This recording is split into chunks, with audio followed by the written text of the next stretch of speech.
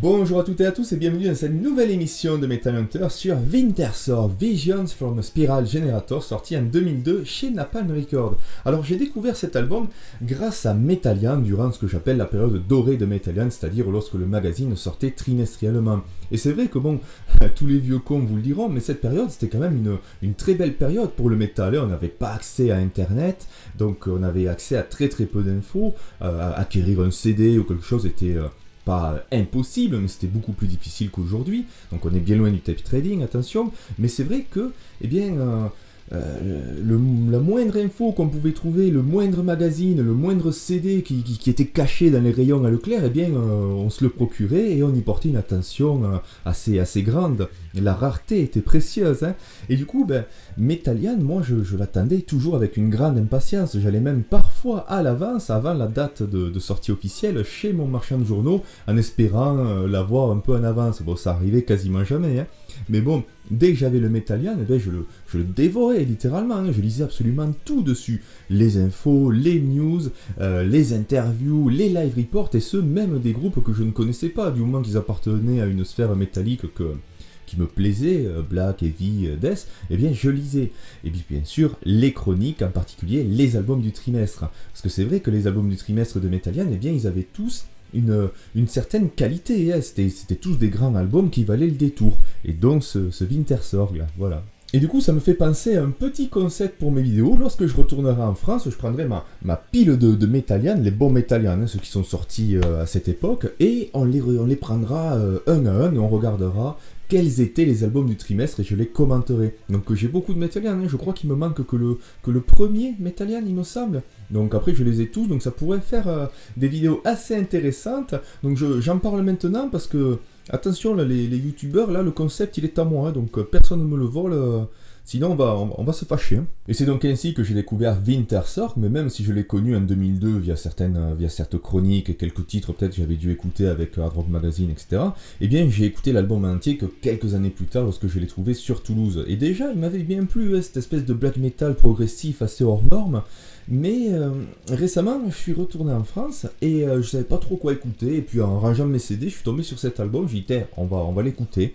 Donc, je restais que le week-end en France et j'ai passé le week-end à écouter cet album. Et je me suis dit, c'est tellement bien, pourquoi t'en dirais pas quelques mots avec ta chaîne à la con là.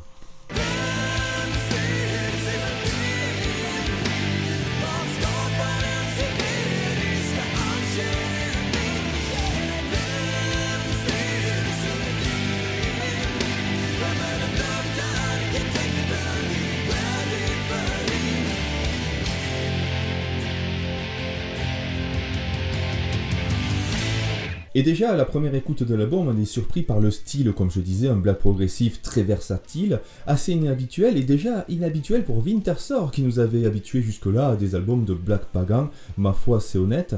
Et puis bon, même si le troisième album voyait arriver un titre un peu étrange, Cosmic Genesis, et aussi la langue anglaise, parce que jusque-là le groupe chantait en norvégien, eh bien...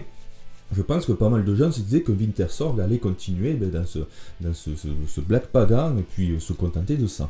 Et puis arriva Vision from a Spiral Generator, qui déjà se démarque par la pochette, et donc adieu les couleurs sombres, les forêts, les montagnes, cet environnement un peu pagan. Ici on a du blanc, ces gerbes de couleur noire qui suivent une spirale, derrière on a une espèce de coquillage, je sais pas quoi, ou d'un escalier qui descend en colimaçon, donc toujours on revient à cette spirale, un logo qui est simplifié, même si on conserve le logo de la petite image de la lune, et puis cette matrice déformée. Donc déjà, rien qu'avec la pochette, on peut voir que on va avoir quelque chose d'assez, je le répète, inhabituel. Et je disais que c'était inhabituel pour Wintersorg.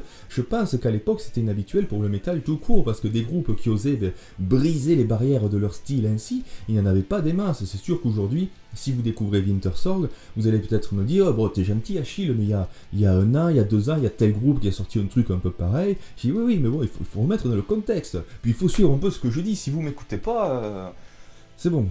Et c'est donc à travers ce black metal progressif qu'on va évoluer tout au long de l'album, avec une musique qui parfois est un peu psychédélique, parfois un peu surréaliste, mais qui n'est jamais trop chargée.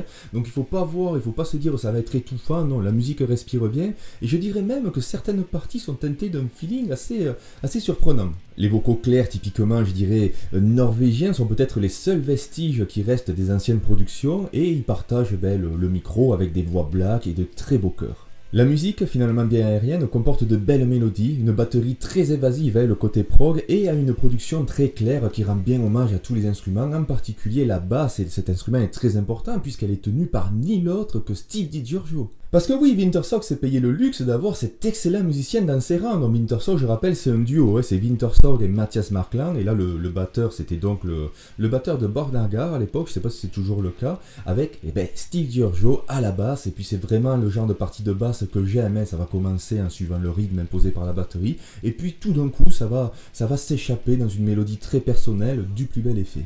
Le disque est rempli de très beaux moments, de très belles envolées, de très beaux échanges aussi, comme dans le Metaphysical Drama, j'arrive jamais à le dire, où il y a cet échange entre les chœurs et la voix claire, très beau. Des instants acoustiques et reposants, et puis je peux citer aussi ce début de chanson de The Explorer qui m'a toujours personnellement un peu marqué, ces murmures qui dessinent des notes très délicates, très douces, jusqu'à finir dans un black assez, ma foi, classique, mais très sympathique. Bien sûr, en écoutant cet opus, on passe directement à Borknagar à cause du chant, mais aussi on peut passer à Enslaved, puisque Enslaved aussi a pris le black metal et l'a carrément noyé dans le progressif pour en sortir un style un peu personnel. On peut aussi penser à Arturus à cause des voix, à cause de ce côté aérien, voire ce côté spatial, et non pas seulement dans la musique, puisque les textes eux aussi font beaucoup de références aux étoiles, et d'ailleurs, nous allons y venir tout de suite.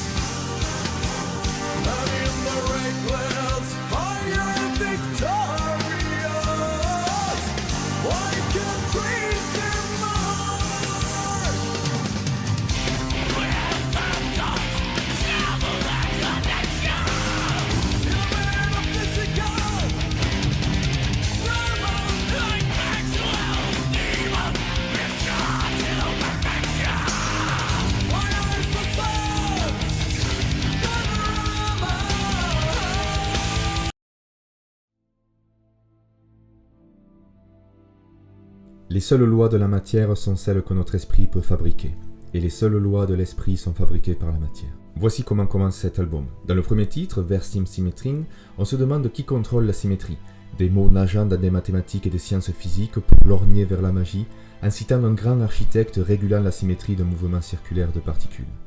Le symbole du cercle, de la spirale, reviendra tout au long de l'album. Ainsi, pour le titre Universum Dunca Alphabet, nous aurons un retour des sphères et de la science. Encore et toujours des cercles. Avec pi, des mentions du temps avec des océans de secondes qui se répètent sans cesse, et face à ces murs d'algèbre, nous tournons le regard vers les étoiles, vers Arcturus et Archimède. Notons que le second titre a une référence au démon de Maxwell. Alors est-ce que nous avons là une sorte de vision de ce générateur de spirales qui déjà en 2002 avait prévu que Maxwell Dragon galérerait atrocement sur Dark Souls Alors vous aurez compris que les textes sont parfois assez mystérieux, mais pourtant il y a parfois quelques beautés qui en ressortent, comme dans le titre Spekelfaren, où il est dit « Dans ce brouillard repose un cri millénaire, étouffé par le charisme strict d'un vide qui enferme et tient avec avidité le prisme étincelant du globe en verre argenté. Je regarde par cette fenêtre le conflit éternel des ténèbres et de la lumière dans des motifs déformés d'aberrations sphériques, s'enroulant ensemble dans une couche rougeoyante. Sa surface est recouverte de poussière d'étoiles, comme regarder avec mille yeux directement dans l'air caché de l'esprit, dans un monde de brouillard, gère sans fin. » Alors il y a quand même un texte qui pour moi est facile à suivre, The Explorer, une personne ou un être, philosophe et curieux, s'émerveillant de toutes choses et cherchant des interprétations pour tout. Le champ lexical de la lumière est présent, ce qui nous laisse imaginer une certaine paix qui n'est que de façade, puisque nous verrons tout au long du texte que plus le personnage cherchera, plus il se rapprochera de sa propre perte. Comme si, à force de creuser, il s'éloignait de plus en plus de cette paix et de cette lumière protectrice. Et d'ailleurs c'est écrit très explicitement, He's trying to reach a subliminal power and slowly sinks into the dark. Preuve de sa folie peut-être ? Il y a aussi une autre phrase qui attire mon regard. Il est un Christophe Colomb sous acide. Et je trouve que ça résume à merveille les textes, mais aussi, peut-être, la musique de l'album. Puisque pour comprendre pleinement ce disque, est-ce qu'il ne faut pas nous aussi être, en quelque sorte, une sorte d'explorateur audacieux, hein, en proie à quelques substances illicites? Je n'incite à rien, bien sûr.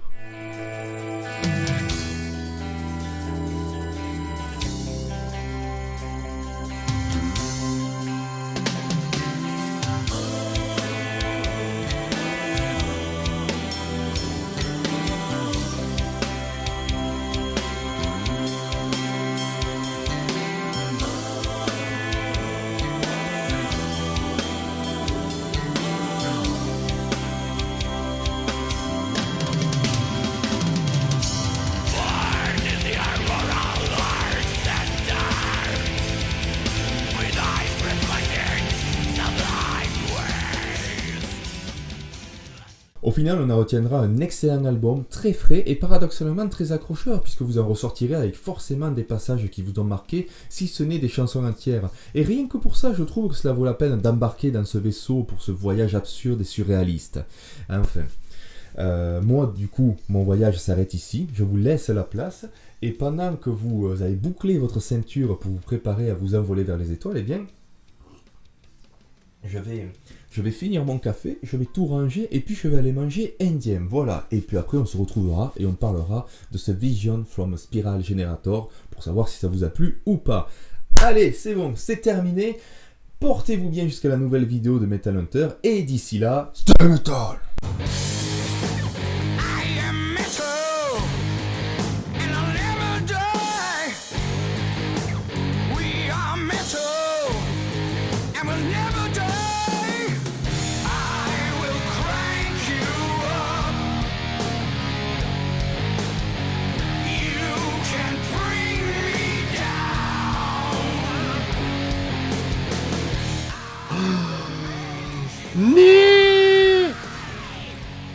Mais impossible!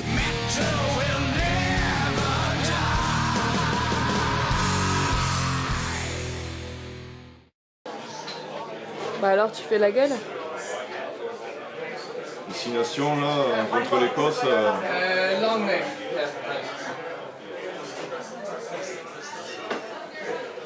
Ça va bien se passer, hein. Ça va bien se passer.